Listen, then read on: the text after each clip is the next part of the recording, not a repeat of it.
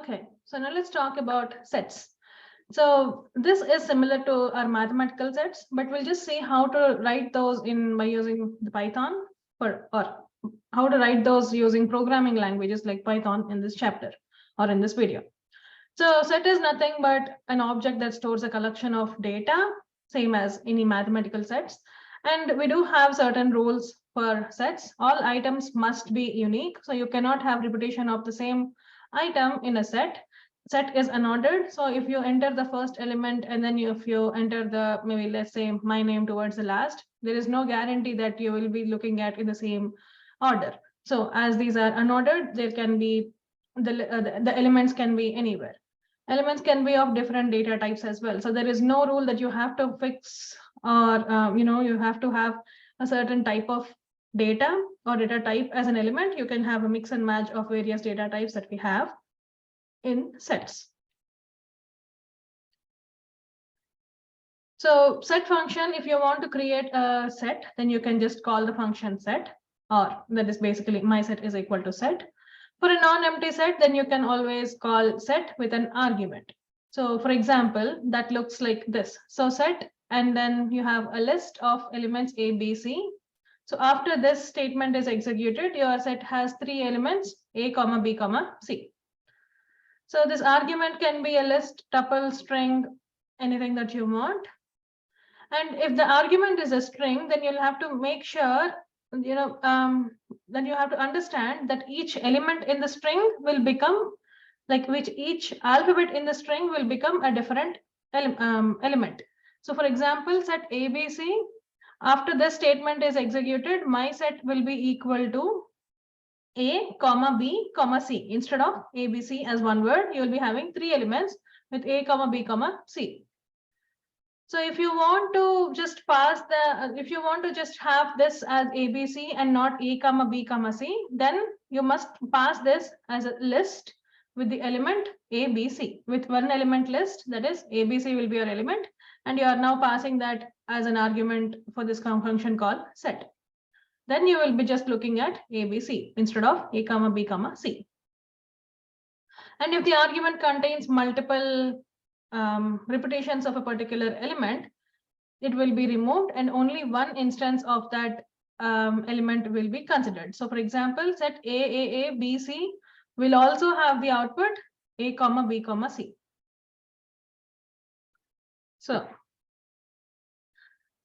if you want to create an each element having string character more than one, then as I've said, and passing the list as an argument with elements as your words will be the solution. So instead of having 1, 2, 3 as a string, you can just have a list of elements 1, 2, 3. So if you want to get the total number of elements in the set, then you can always use the len function. And sets are mutable objects, so you can add and update the contents in your set as well. Add method will basically add an element to your set. Update method will add a group of elements to a set. Like if you have more than one element that you want to add, and if you are instead of repeating the step 3 times, you can just have one method, that is update method, and you can just update your entire set with 3 new elements. Okay. So for example, let's take a look at this. So you have my set is equal to set, that is an empty set. And now you are adding elements 1, 2, 3 by using the method add, that is myset.add 1, myset.add 2, myset.add 3. After these 3 operations are done, your set will be having 1, 2, 3 as its element. So if you want to add 2 again, as it's a repetition, it will not take the value, and your set is still 1, 2, 3. So now in this case, so you have my set is equal to set with a list of elements 1, 2, 3. And if you want to update this set with the list of values 4, 5, 6, then you can just use myset.update 4, 5, 6, which is a list. And then your updated set will be 1, 2, 3, 4, 5, 6, not necessarily in the same order. Now, if you have 2 different sets, that is set 1, which is set of a list of items 1, 2, 3. Set 2, set the argument is a list of items 8, 9, 10. Then set1.update set2. Now in this case, you are not making any changes to your set2, but you are making changes to your set1. So your set1 is no longer 1, 2, 3. It will be 1, 2, 3, 8, 9, 10, not necessarily in the same order again. So if you do not want to create multiple sets, and if you just want to update a single that is already existent set, then you can do this by mySet is equal to set of list as an argument 1, 2, 3, and mySet.update ABC. So as I am using ABC as one string instead of a list, the output or the elements in which are considered here will be like A, B, C instead of ABC as one word. And this is not maintaining the order. Hope that is clear. So if you are removing elements from the set, you can always use remove and discard methods. So when your remove method raises a key error exception, discard method will not raise an exception at all. And clear method will clear all the elements from the set. We'll see some examples here. So here is my set, that is 1, 2, 3, 4, 5. And I want to remove 1, which is the element. So now my set will be having 2, 3, 4, 5. If I do discard 5, it will be 2, 3, 4. But what if I do discard 99? As we know that the set doesn't have the value 99, but still it wouldn't create any issue. It will not make changes to your set. Alongside, it will not give you an error as well. But if you do mySet.remove 99, you will be getting a key error because 99 is not in your set. And here is an example with clear. So mySet.clear will clear all the entire contents of the set, and now you'll have an empty set. So you can use the for loop in and not in operators to eliminate the chances of having a key error in sets.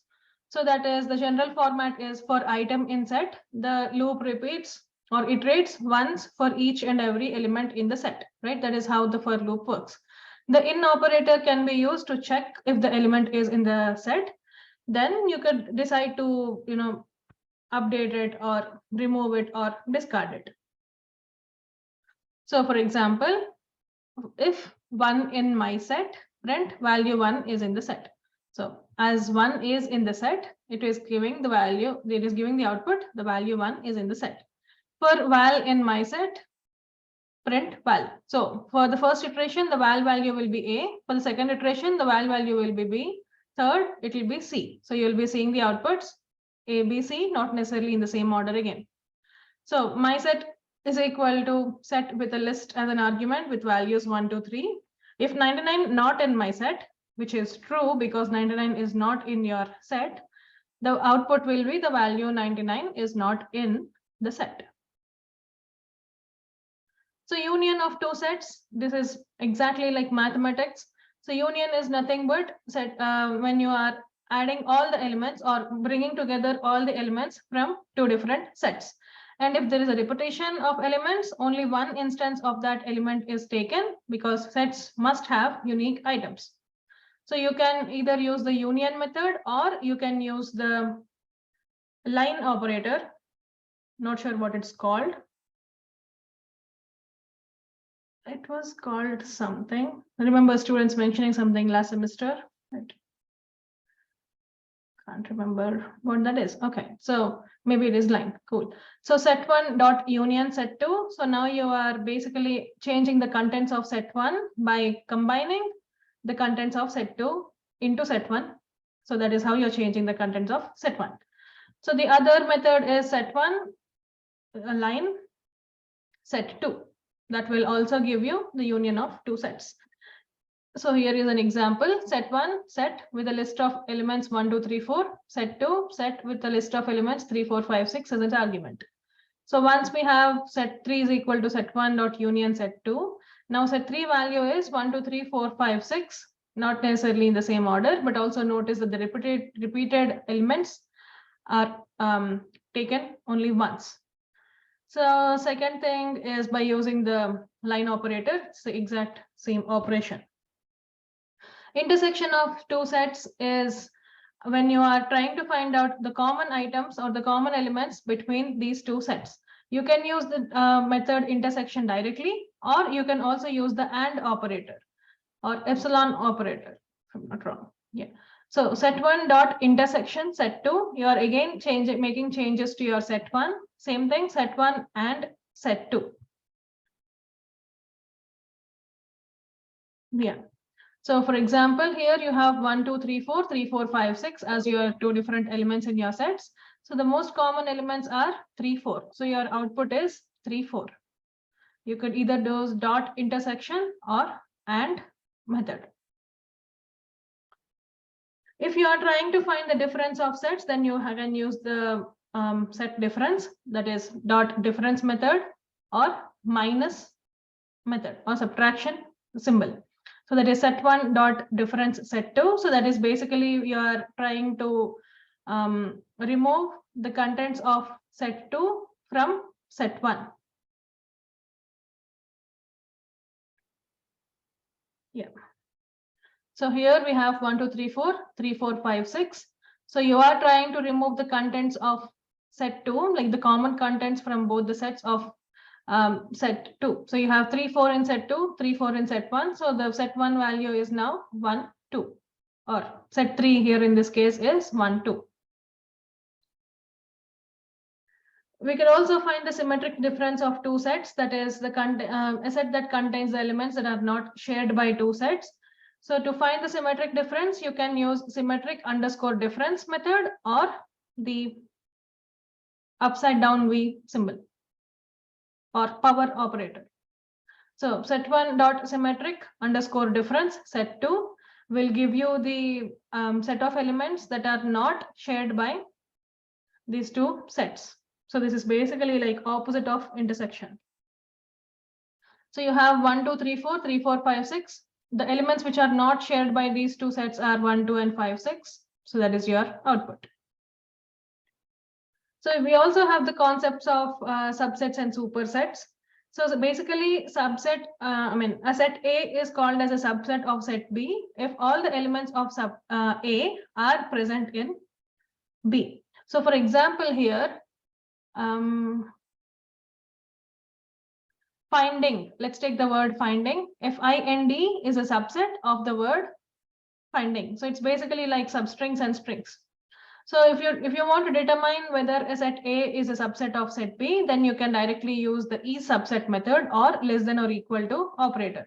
So set A dot is subset set B. It will return true if that is the case. It will return false if that is not the case. Same thing, if you want to check if the set A is a superset of set B, that means if set A contains all the elements of set B. So to determine whether set A is superset of set B, we can use the is superset method, that is dot is superset set B, or you could use the greater than or equal to operator. Again, it will return true if that is the case, otherwise it will return false. So let's see some examples. Set 1 is a list of elements 1, 2, 3, 4. Set 2 is a list of elements with 2, 3 as its arguments. So now set 2 is set 2 dot is subset set 1. So now you're checking if set 2 is the subset of set 1. As the two elements 2 and 3 are also present in set 1, 1, 2, 3, 4, it is true. Now you're checking if set 1 is superset of set 2. That means all the elements of set 2 should be included in set 1. That is just a different perspective, but it's the same concept.